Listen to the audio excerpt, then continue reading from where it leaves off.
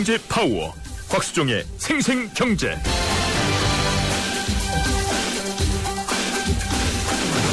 안녕하십니까, 곽수종입니다. 7월 29일 월요일 YTN 생생경제 시작하겠습니다. 7월 마지막 주 첫 방송이네요. 주말 잘 지내셨습니까? 우리는 늘 좋은 사람이 되어야 한다고 생각하고 있지 않습니까? 그런데 이렇게 생각하는 게 자칫 우리 스스로를 함정에 빠뜨릴 때도 있다고 합니다. 예를 들면 저 같아도 그렇습니다. 부탁을 받으면 잘 거절을 못하거든요.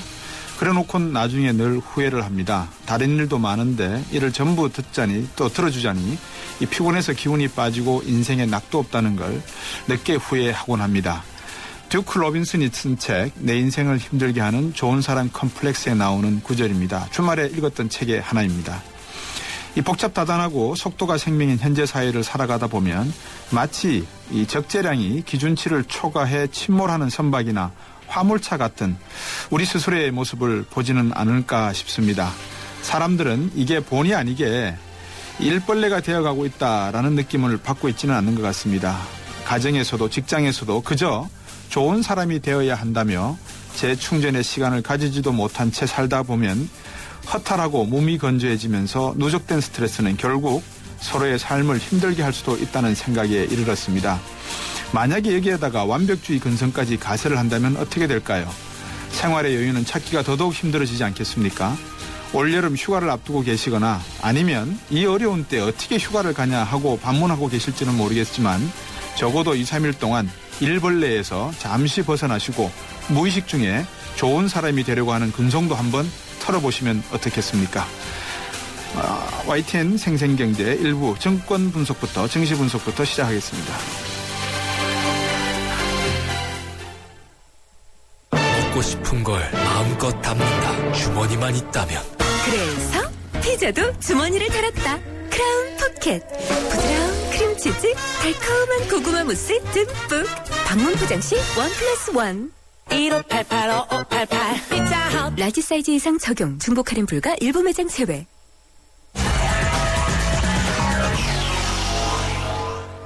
네, 오늘의 증시 상황 SK증권 본사영업부의 김춘석 부장입니다. 안녕하세요. 네, 안녕하십니까. 오늘 주식시장이 왜 이렇게 하락세를 면치 못했나요?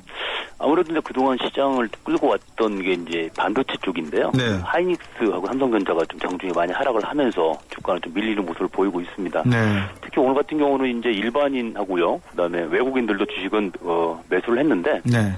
기관에서 이제 매도가 나오면서 아무래도 지금 주가를 끌어내는 그런 모습을 보이고 있습니다. 네.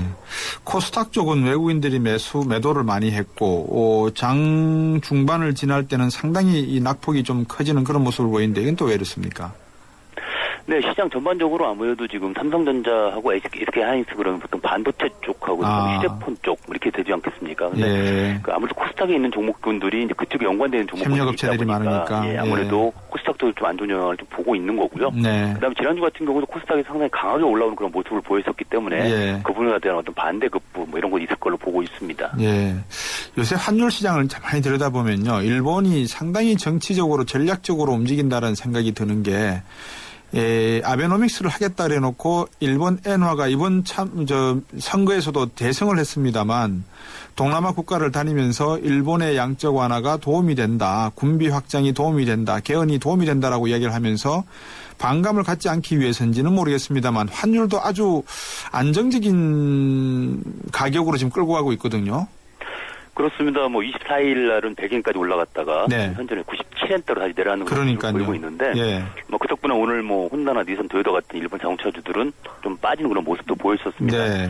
근데 이제 이 부분을 좀 지켜봐야 될 것이 아베 지지율 자체가 6월 달에 68%까지 올라갔었는데 네. 7월 달에 56%까지 떨어졌다고 얘기를 하고 있습니다. 예. 이 부분 자체가 엔제 정책에 대한 어떤 기대감이 악화로 이어지는 모습, 그런 모습을 보여주는 것 같고요. 네.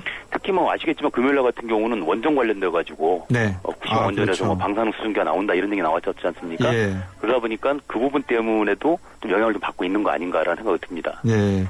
사실 일본에 계시는 우리 교민분들도 많이 계실 거고 또 일본인들도 많이 있습니다만은 그 수증기 방사능 누출을 놓고 보면서 우리나라 원자력 관련된 주식들은 어떻게 움직일까 제가 오늘 들여다봤는데 별로 미동을 하지 않네요. 왜 그렇습니까? 그러니까 아무래도 지금 일본 같은 경우는 도쿄전력이라든가 추부전력, 관사전력 같은 경우가 이제 개별적으로 이제 원전을 운영을 하고 있습니다. 네. 우리나라 같은 경우는 아시는 것처럼 정부가 운영을 하고 있지 않습니까? 예. 그래서 한전이 하고 있는 거고 실질적으로 이 원전 운영 주체는 정부입니다. 그리고 이제 그 나머지 이제 주식장에 있는 원자력 관련주들 같은 경우는 뭐 장비 생산이라든가 점검이라든가 이런 쪽을 하고 있기 때문에 네. 크게 어떤 움직임은 안 보이고 있는 것 같습니다. 예. 어떻게 보십니까? 앞으로 우리 주식이 8월 달에 이제 새로운 모습을 보일는지는 모르겠습니다만, 뭐 올해도 결국 그렇게 되면 이제 4개월 남짓 남은 거 아니겠습니까? 그죠? 예. 어떻게 전망을 해야 될까요? 정부가 이야기한 대로 만약에 하반기에 좋아진다 그러면 흔히 하시는 말씀으로 주식 시장에서 선반영 작업이 들어가야 될 시점 아닙니까?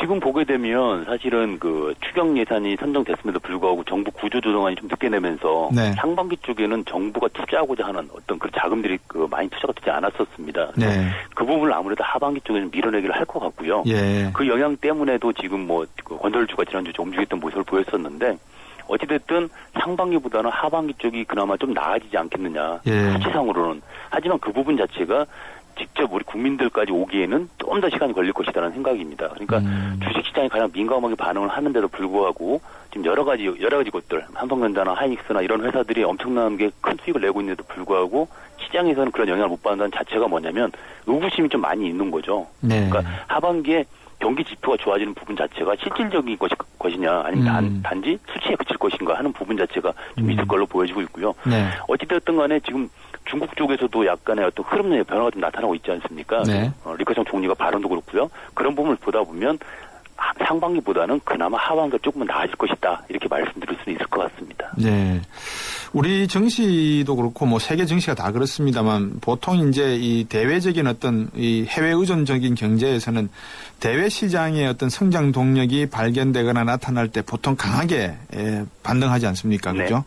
네. 예를 들면 뭐 중동 건설 붐이 이렇다면 건설주가 엄청나게 뛰고 그죠? 네네. 뭐 태양 관련이다. 그러니까 또 중국의 태양 발전이다 이러니까 또 뭐 OCI 같은 주식이 엄청나게 뛰고 이랬는데 네. 대외 쪽으로 보이는 성장 동력 뭐 지금 조금이라도 이렇게 눈에 띄는 게 있습니까? 지금 엄밀하게 따지면 사실은 없다고 보셔야 되겠죠. 네. 왜냐하면 지금 그동안 유동성을 공급해왔던 미국도 어찌됐든 양적 완화 축소로 들어갈 걸로 보여지고 있는 상태고 예. 유럽은 여전히 뭐 잠자고 있지 않습니까? 독일도 오히려 경기 둔화가 지금 나타나고 있는 모습이기 때문에 대외적으로는 그렇게 나타나는 부분이 없는데 중요한 건 어찌되었든 지금 유럽은 아직 경기 확장적인 즉 그 양적 완화에 대한 어떤 걸 풀지를 않고 있는 그런 모습이거든요. 네. 그리고 별로 뭐 기분 좋지는 않지만 일본이 또 계속 돈을 풀어대고 있다 보니까 예. 그 부분이 어찌됐든 글로벌 쪽에는 약간 영향을 주고 있다고 보아야 될 것 같습니다. 그래서 예. 아주 급격하게 경제가 살아나지는 않겠지만 미국이 양호한 모습을 보이고 만약 중국 쪽에서 스탠스 좀 변화가 일어나서 약간 경기 부양적인 게 나타난다고 친다면 조금씩은 나타날 걸로 보여지고 있고요. 이게 한꺼번에 확 뒤집어질 정도의 트리거가 될 수 있을 만한 어떤 그런 건 없다고 보시는 게 맞을 것 같습니다. 네. 자, 일본 쪽에서는 이제 아베노믹스가 어느 정도 뭐 당분간은 동남아 국가들의 눈치를 본다고 치고요. 또 우리나라에서 이제 뱅가드 펀드가 다 정리가 됐고요. 8월 달에 북쪽에서 어떤 반응을 보일지 모르겠습니다만 을지 훈련이 하나 예정이 돼 있고 한데 8월 달에 우리 경제의 대외 신인도 또 대내적인 문제가 있다 그러면 뭘 눈여겨봐야 되겠습니까? 일단 뭐 8월 달은 아주 그 특별한 게 없습니다. 그렇잖아요. 네. 오늘 아침에 제가 출근을 해서 예. 8월 때 일정을 쫙 훑어봤는데요. 네. 근데 특별하게 악재로 끼칠 만한 건 없는 것 같습니다. 그런데 이제 말씀하신 것처럼 개성공단 문제 자체가 어떻게 보면 남북관계 경색을 풀 수 있는 가장 그 주된 거 아니겠습니까? 네. 그 부분이 어떻게 되느냐에 따라서 약간 영향을 좀 받을 수 있겠고요. 네. 그나마 하나 더 있다는 건 이제 뭐 아시는 것처럼 FOMC 회의 예. 내물에 있는 거하고 그다음 예. 22 정책회의 같은 경우에서 향후의 어떤 경제 운영에 대해서 나올 거로 보여지고 있습니다. 그래서 예. 그런 부분에서 약간 2차적인 영향은 있겠지만 직접적으로 시장을 흔들 만한 악재는 현재 상태는 없는 걸로 보여지고 있습니다. 네. 오늘 말씀 여기까지 듣겠습니다. 고맙습니다. 네, 감사합니다. SK증권 본사영업부의 김춘석 부장이었습니다.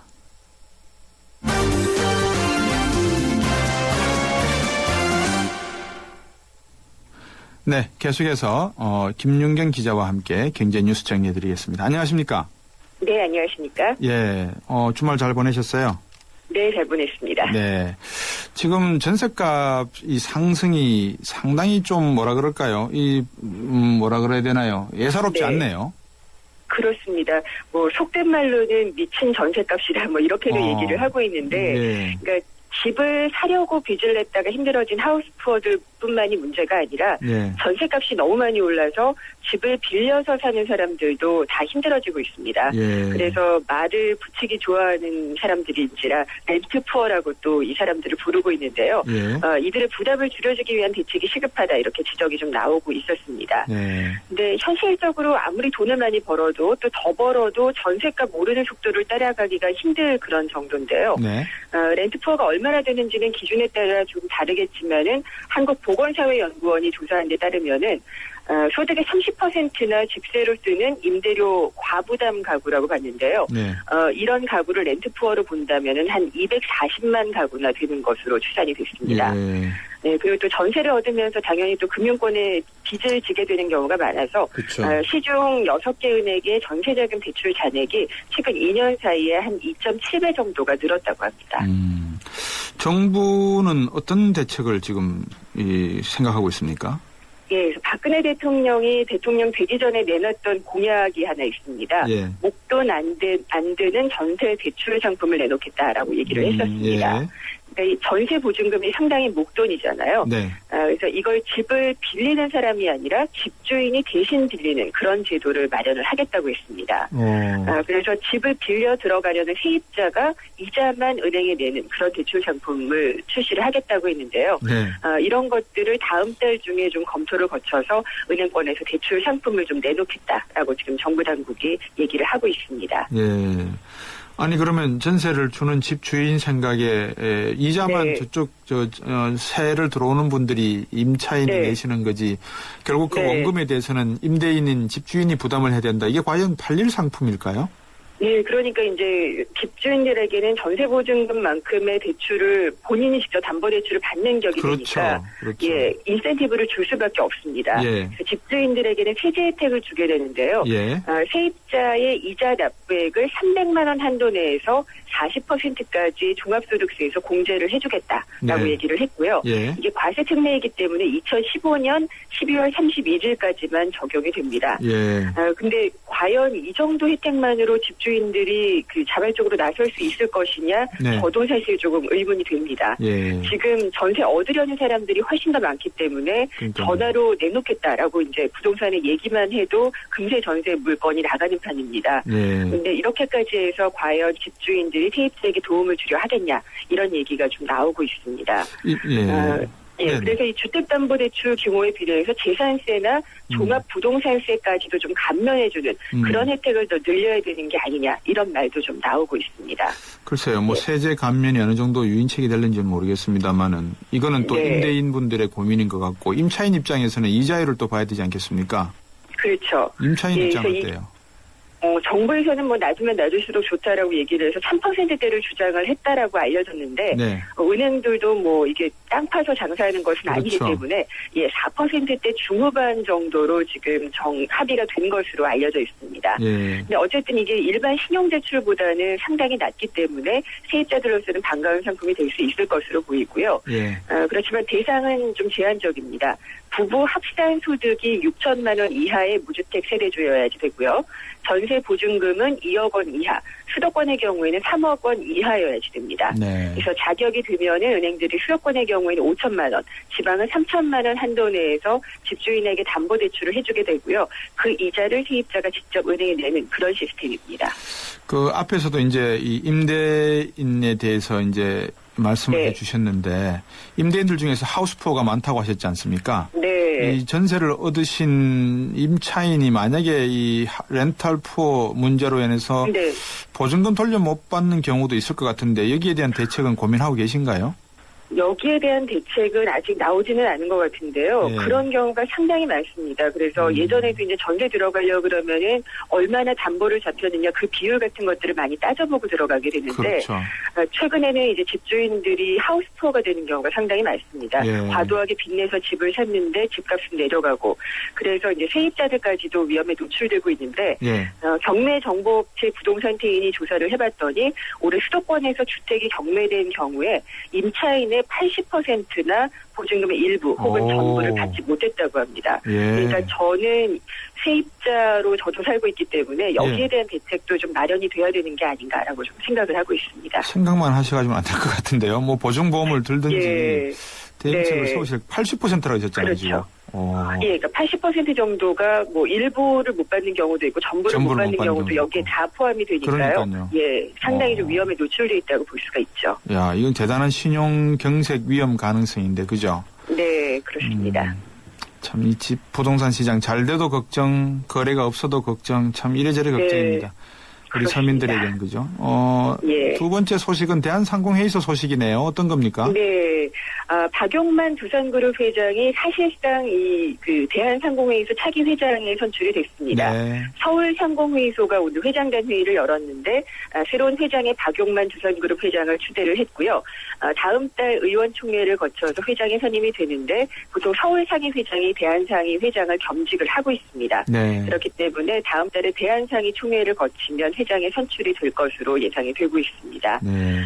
박연만 회장이 지금 새로 선출이 된다기보다는 손경식 전 회장이 중도에 사퇴를 했기 때문에 그 자리를 좀 메우게 들어가게 되는데요. 네. 손 전 회장이 8년 가까이 대한상공회의소 회장을 해오다가 이번에 이재현 CJ그룹 회장이 비자금 조성 혐의로 구속이 된 이후에 그룹 비상 경영을 위해서 자리에서 물러났기 때문에 이 자리를 채우기 위해서 들어가게 됩니다. 네. 근데 말씀 듣고 보니까는 과거에 네. 고 박두병 회장도 네. 대한상공회의소 회장하셨죠? 네, 그렇습니다. 고 박두병 초대 회장부터 해서 전문 경영인이었던 정수창 전 회장도 그렇고요. 네. 박용성 전 회장도 아마 잘 아실 거고 네. 박용만 회장까지 하면은 4명이나 두산그룹에서 상임 회장이 배출이 됐습니다. 네. 특히나 이번에 선출된 박용만 회장 같은 경우에는 소비재 중심이었던 두산그룹을 구조조정과 인수합병을 통해서 중공업 기반의 그룹으로 좀 도약시켰다. 이런 좀 평가를 받고 있고요. 네. 또 잘 알려져 있지만 트위터에서도 파워 트위터리안으로 활동을 하고 계십니다. 네. 그래서 팔로워가 16만 명 정도나 된다고 하는데 네. 사내 임직원은 물론이고 대중과도 좀 적극적으로 소통하는 최고 경영자라 대한상공회의소 회장도 좀 활발하게 활동하시지 않을까 약간의 기대를 걸어봅니다. 이런 유능한 CEO분 같으면 지금 경기가 어려운 상황에서 기업 경영에 더 집중하시는 게 좋지 두산그룹 입장에서는 더 나을지 않을까 싶은데 요새 네. 기업들 경제 심리도 많이 좀 어렵지 않습니까? 그죠? 네, 근데 우리 경제가 그래도 잘 굴러왔던 것이 개인보다는 그래도 기업 부분이 잘 되고 있기 때문이다. 이렇게 분석들을 하고 있는데 네. 기업들의 심리는 상당히 좋지가 않습니다. 그래서 하반기 경제에 대해서 골머리를 앓고 있는 것으로 조사가 되는데 한국은행이 발표한 7월 제조업 업황 기업 경기 실사지수 BSI가 전월보다 상당히 떨어졌습니다.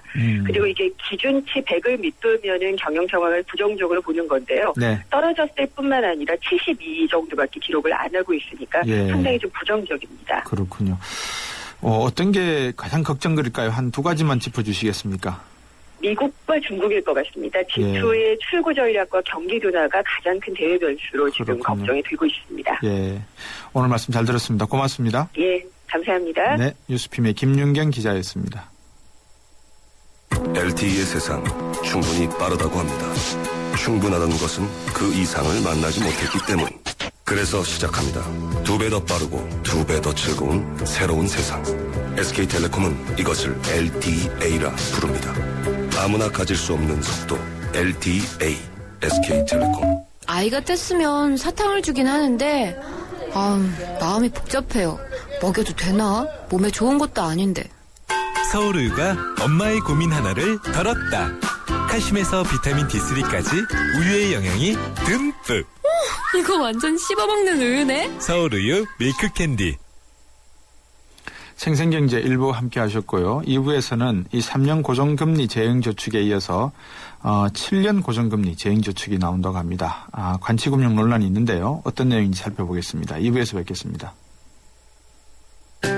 소기업 사장님들, 골목상권 사장님들, 노란우산 공제에 가입하셨죠? 그래요. 사업하다 보면 손톱 및 가시 같은 일들이 참 많은데 그걸 쏙쏙 뽑아드리는 게 바로 노란우산 공제죠.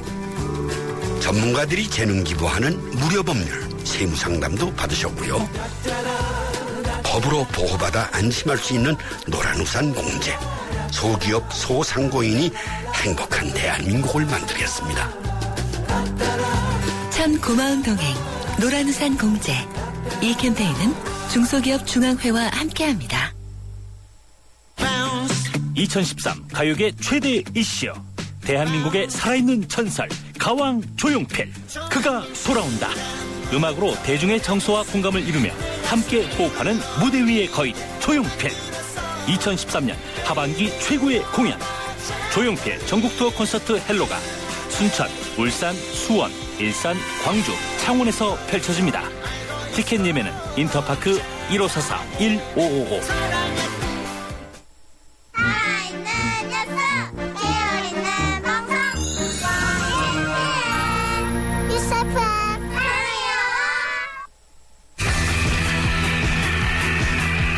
경제 프리인 곽수종의 생생경제.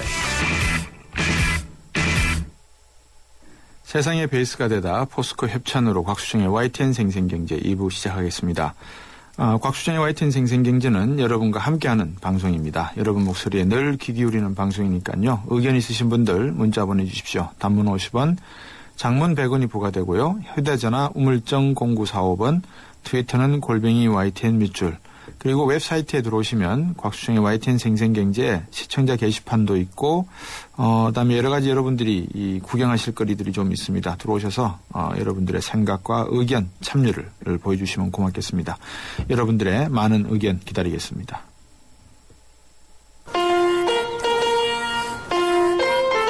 우리 딸은 누구랑 결혼할까? 엄마가 골라줘. 왜? 엄마가 아빠 잘 골랐잖아. 우리 딸 결혼할 때 난 몇 살이지? 인생의 무게가 느껴질 때 동바제 프로밀라이프. 신뢰하는 국민 여러분, U+ LTE는 오늘부터 100% LTE가 아니면 절대 요금을 받지 않겠습니다. 3G 없는 100% LTE, U+ LTE. LTE 지원 단말 기준, 통화는 80만 기준. 곽수종의 생생경제. 과거에 이 서민들에게는 재형저축이라고 하는 것이 상당히 중요한 재테크의 수단이었던 것 같습니다. 목돈 마련에 그만큼 중요한 수단이었는데요. 오늘 좀 이따가 오늘 7년 고정금리 상품이 나온다고 하네요. 주목해 볼 것은 은행들이 금리를 3.5%로 통일했다고 합니다. 통일. 우리의 소원은 통일인데 은행들이 내놓는 금리의 3.5% 통일이 아니고요. 그런데 그러다 보니까 이제 관치금융 논란이 일고 있겠죠. 우리나라 금융시장이 관치금융인 거는 어느 정도 다 인식을 하고 계실 것 같은데, 그렇다 보면 어떤 문제가 있을지, 또 재형저축이 정말 재테크에 도움이 될지, 또 우리 서민들 중에서 지금 재형저축을 가입하실 수 있는 분들이 또 얼마나 될지 등등 금융소비자원 조남희 원장과 말씀 나눠보겠습니다. 안녕하세요. 안녕하세요. 예, 반갑습니다. 반갑습니다. 네. 휴가 안 가세요? 예. 앞서 3월에 그 재형저축 상품 소개 한번 해주셨잖아요. 네네. 3년 고정금리 상품이었지 않습니까? 네네. 오늘부터 판매되는 거는 7년 고정금리 상품이라고요? 네, 그렇습니다. 예. 그러니까 이제 말씀하신 대로 3월 달에는 3년 고정에 4년 변동, 예. 3년 후에 이제 그 은행들이 또 재고시하는 금리였는데요. 이번에는 이제 7년으로 고정된 걸로 일관되게 이제 주장한 것인데, 네. 가는 금리인데요. 그 금리의 그 금리 구조만 크게 다르고요. 과거 3월에 했던 총급여 5천만 원 이하 근로자 혹은 종합소득 3천만 원 이하 개인 사업자에 대한 그런 자격이라든지 네. 그런 모든 것들은 과거와 동일합니다. 네. 그럼 별달리 차별화를 시킬 수 있는 것들이 있을까요? 네, 그 전에 이제 그 3월에 이 상품이 나올 때 네. 이제 많은 부분이 이제 그 소득 공제 여부나 계약 이전 이런 것도 여러 가지가 있었지만 네. 3년간만 고정해주고 4년째부터는 은행 마음대로 확 낮춰버리면 예. 그런 적금이나 서민 그 지원 상품으로서 예. 별 의미가 없지 않느냐 하는 우려가 있었거든요. 네. 그러한 그 일부 우려를 이제 보완한 상품이라고 할 수 있는데요. 네. 이제 그렇다 하더라도 지금 이제 어떤 실질적으로 네. 이 상품의 한계가 뭐냐면 금융당국, 예를 들어서 금융당국에서만 상품을 만들다 보니까 예. 이거 만들다 보니까 세제 혜택이 이제 부여되지가 않는 것이고 또 네. 하나 있고요. 예. 그다음에 7년이라고 하는 긴 기간 동안을 조금 더 기간을 단축을 해야 되는데 예. 그런 기간이 이제 그 기획재정부하고 이제 연관된 거기 때문에 예. 거기하고 협의가 완료되지 않으면 안 되기 때문에 예. 금융당국에서 이렇게 상품을 이렇게 기한한다고 할까요? 이렇게 제작하는 데는 이렇게 항상 한계가 있는 거죠. 예. 7년 이상으로 해야 되고 예. 그런 어떤 금리만 조금 움직이는 이런 상품으로 만들다 보니까 이런 상품의 그 별 차이성이 변별력이 없습니다. 근데 금리 방금 말씀하셨는데 저축하는 분들의 입장에서 금리가 높으면 높을수록 좋은데 은행은 돈이 너무 많은데 예지금까지 금리를 높여줄 수는 없다. 뭐 이런 뭐랄까요? 서로 이렇게 밀고 당기는 거는 이해를 할 수가 있는데 그렇습니다. 어떻게 은행들이 3.5% 이걸 통일시킬 짜 맞춘도 이렇게 통일시킬 수 있나요? 네. 그렇습니다. 지금 말씀하신 대로 금리가 이제 그전에는 4.5%로 3월 달에는 4.5%로 거의 통일이 됐었거든요. 네. 근데 이제 이번에는 이제 7년 고정금리를 1% 정도 인하한 걸로 이렇게 이제 또 거의 동일하게 이제 제시를 했거든요. 예. 말씀대로 이제 금융당국의 어떤 강한 요구에 의해서 만들다 보니까 이제 그 금리를 3.5를 최대 상한으로 정하고 제시한 것이 아닌가 하는 거죠. 예. 그런 측면에서 이제 말씀하신 대로 관치금융 또한 이 은행들은 말씀하신 대로 수신 예금에 대해서는 지금 사실 관심이 별로 없습니다. 네. 네, 그런 측면에서 이제 이런 그 서민 적금도 예. 이게 재정 저축이 이제 서민 적금이란 상품인데 예. 이런 적금에 대해서 사실상 관심이 없기 때문에 네. 이런 금리를 주겠다고 하는 것은 관심이 없는데 이제 금융 당국의 강한 요구로 인해서 만들다 보니까 어떤 금리를 최고 상한을 3.5%로 정한 것으로 보입니다. 보통 정부가 경제성장 발표를 할 때 하반기부터 좋아진다 그랬죠. 네네. 2014년부터 좋아진다 그랬죠. 네. 2015년은 더 좋아지겠죠. 네. 그러면 인플레이션에 대한 우려 때문에 금리는 오릅니까 내립니까 보통? 이제 아무래도 이제 금리는 상승한다고 봐야 되는데요. 근데 왜 1%포인트나 낮춘 금리를 갖고 이야기를 하시죠? 네. 그러니까 이제 은행들은 어떤 그 뭐랄까 그 금리에 대한 위험을 회피하기 위해서 예. 가급적이면 이제 또한 뭐 자신들의 어떤 수익을 보존을 위해서도 예.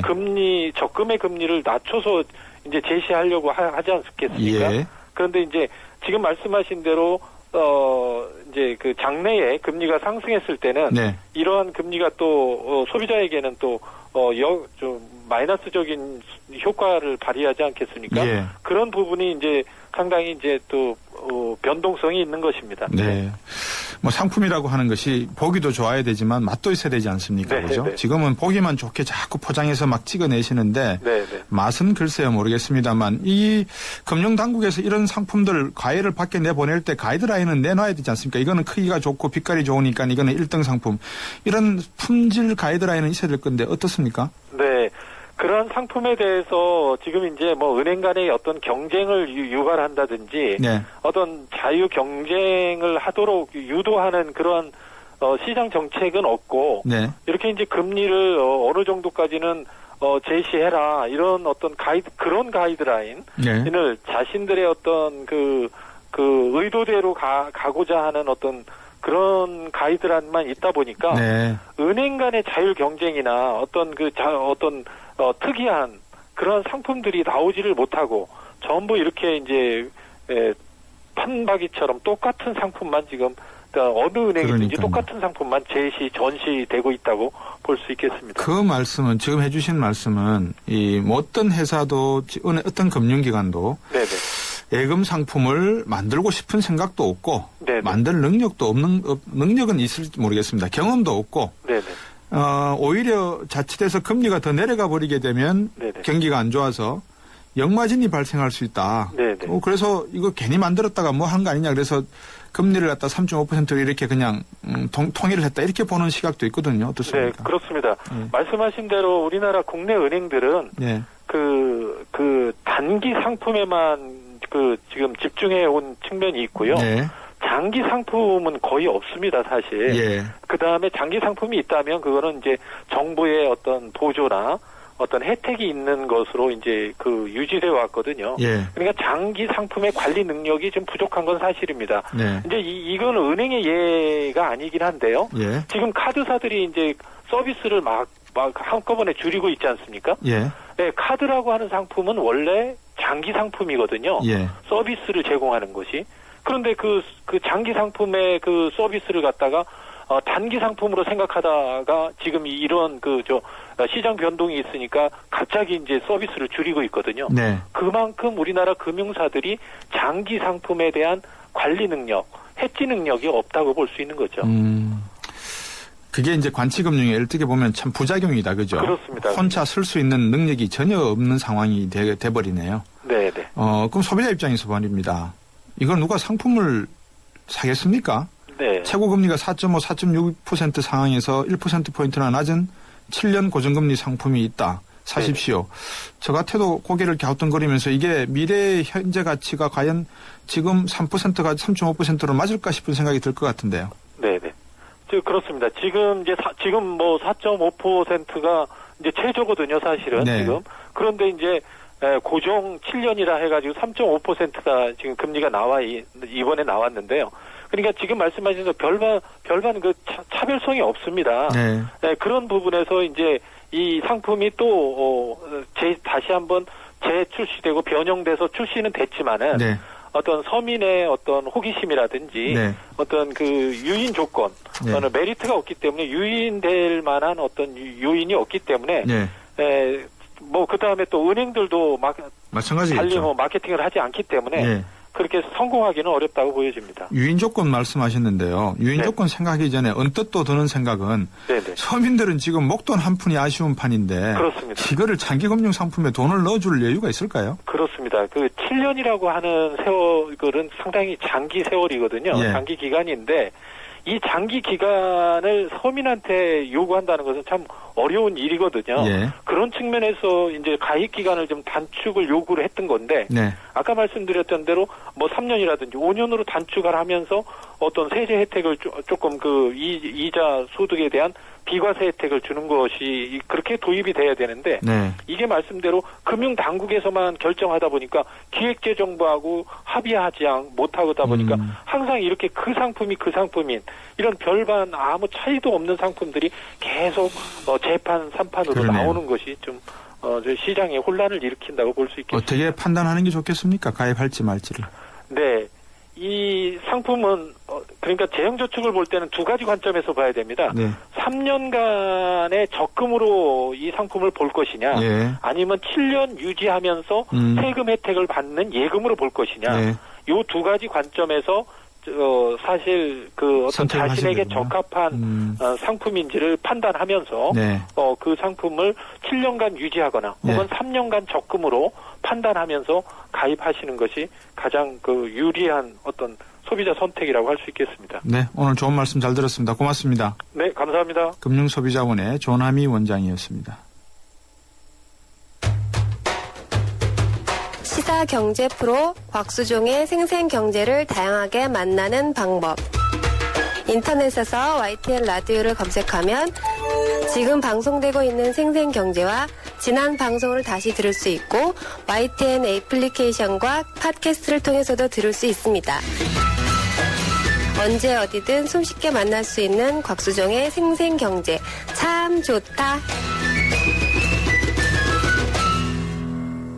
네, 앞에서 우리 김윤경 기자도 그랬고 그다음에 김춘석 부장도 그랬습니다만 미국과 중국이 두 개의 중요 우리나라 경제에 대한 변수인 것 같습니다. 그래서 중국에 대한 경제를 살펴보는 시간입니다. 미중산업경제연구소의 조영찬 소장입니다. 안녕하세요. 예, 안녕하십니까. 요새 이제 중국에 대해서 관심이 많은데 이번 주 목요일 날 중요한 통계 하나가 발표되죠. 네, 그렇습니다. 국가통계국이 발표하는 7월 제조업 구매 관리자 지수가 발표되는데요. 네. 근데 문제는 6월 달이 50.1로 간신히 50선을 넘겼는데요.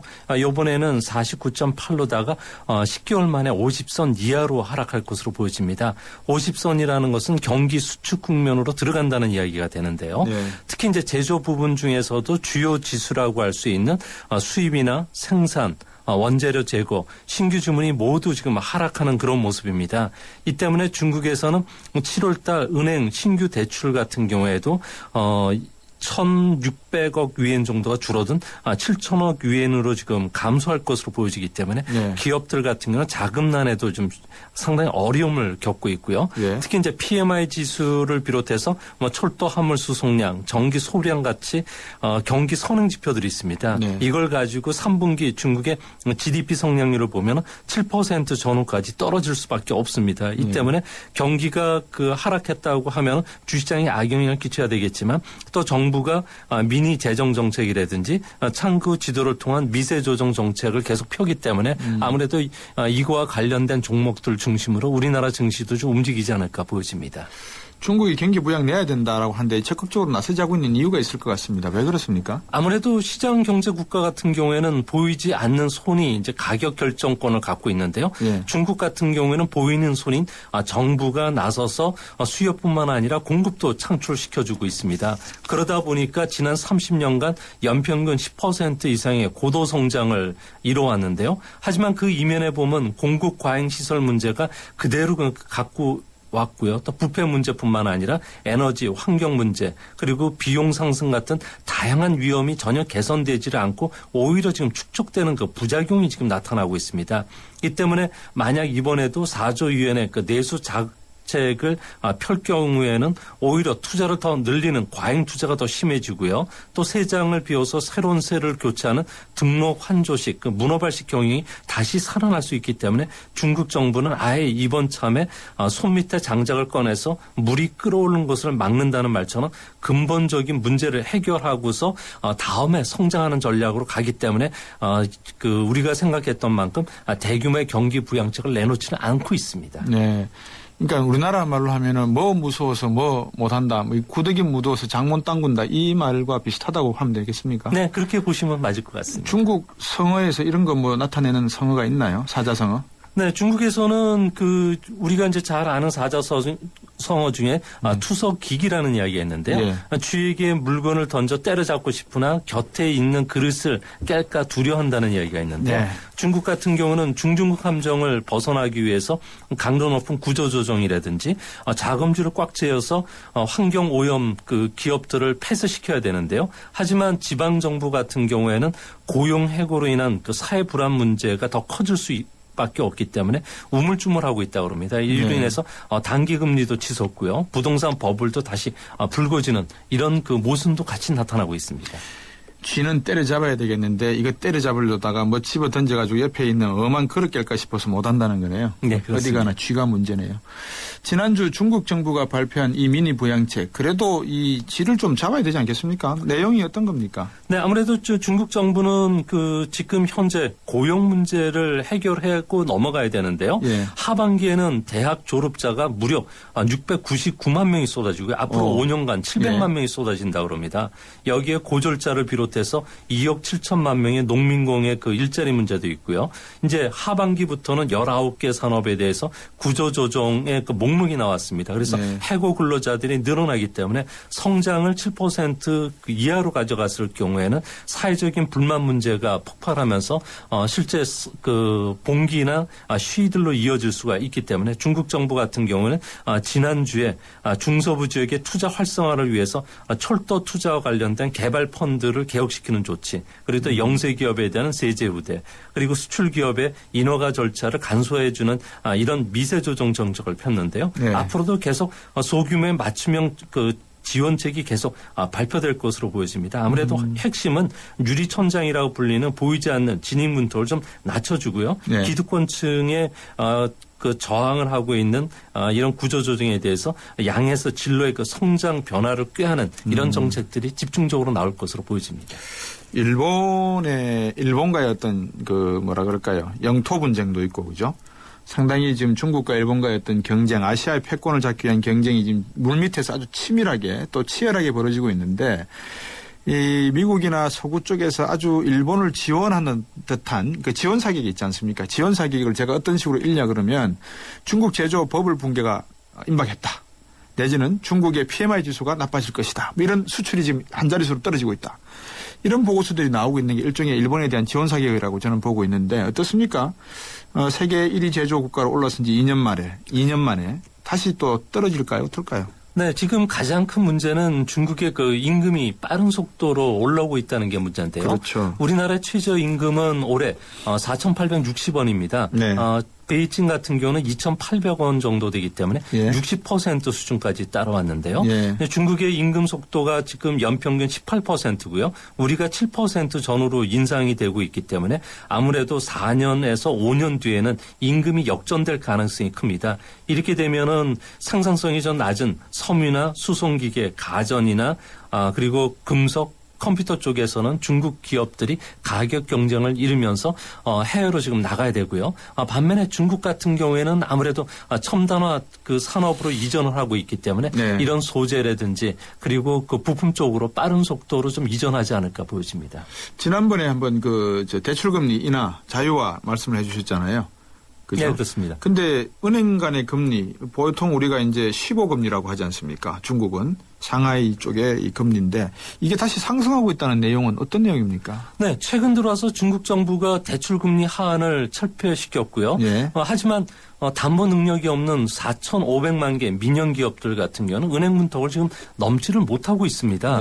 이러다 보니까 신용도가 좋은 대형 국유 기업이라든지 그리고 상장 기업 그리고 지방 정부의 그 금융회사들 같은 경우는 이때 싼 가격의 그 금리를 가져가기 때문에 국진민태 현상이 지금 계속 벌어지고 있는데요. 특히 우려할 점은 부동산 개발 회사들 같은 경우에는 재고 물량을 줄이기보다는 오히려 손쉬운 은행 대출을 선택하고 있고요. 또 지방 정부 같은 경우에는 빌딩이나 고층 빌딩 건설을 지금 주도를 하고 있기 때문에 자금 왜곡 현상이 나타나면서 기준금리가 다시 또 올라가는 이런 모습으로 좀 나타나고 있습니다. 네.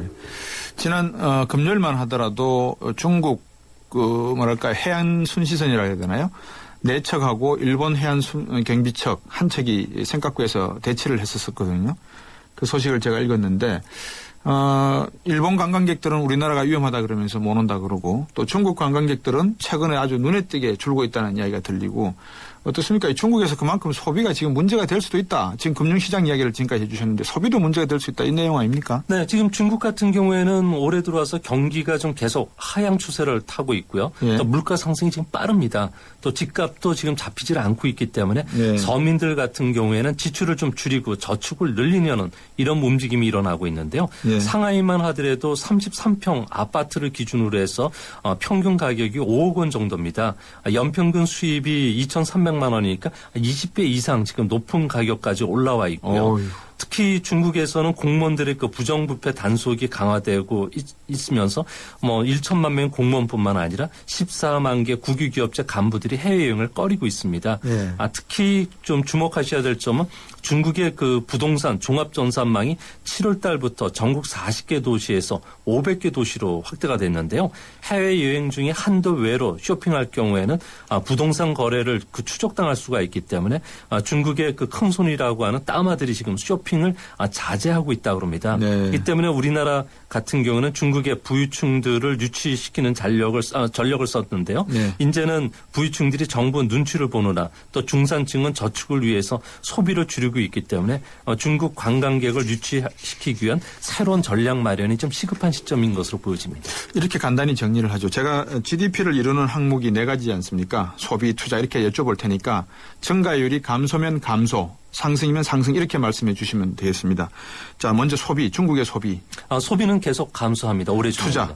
투자도 지금 부동산 투자 감소를 해서 줄어들게 됩니다. 수출. 수출도 당분간 그 보합권에 머물 것입니다. 네. 전부 다 하락하네요. 오늘 말씀 잘 들었습니다. 고맙습니다. 네, 감사합니다. 미중산업경제연구소의 조영찬 소장이었습니다. 괜찮다. 괜찮다. 괜찮다. 올리브 오일 묻은 명품 니트 괜찮다. 6가지 모션과 세방향 물살로 세탁하는 트롬이니까 LG 트롬 식스모션 터보샷. 자주 가고 빈뇨, 시원치 않고 잔뇨, 함중에 깨고 야뇨, 전립선 비대증으로 인한 배뇨 장애인 카리터. 카리터는 효과가 검증된 의약품입니다. 빈뇨, 잔뇨, 야뇨, 카리터로 초기에 치료하세요. 전립선엔 카리터. SK 이노베이션의 전공은 묻는 겁니다. 석유 안 나면 석유 수출 못해?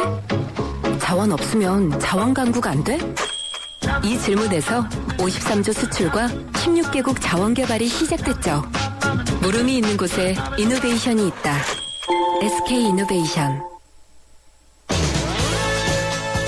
월요일 3부 사람이 중심이 되는 상생경제 시간, 서울시에서 500번째 협동조합이 드디어 탄생했다고 하는데요. 내용을 한번 살펴보겠습니다. 서울시와 직접 말씀 나누겠습니다. 내신 뉴스 듣고 4시 10분 3부에서 뵙겠습니다.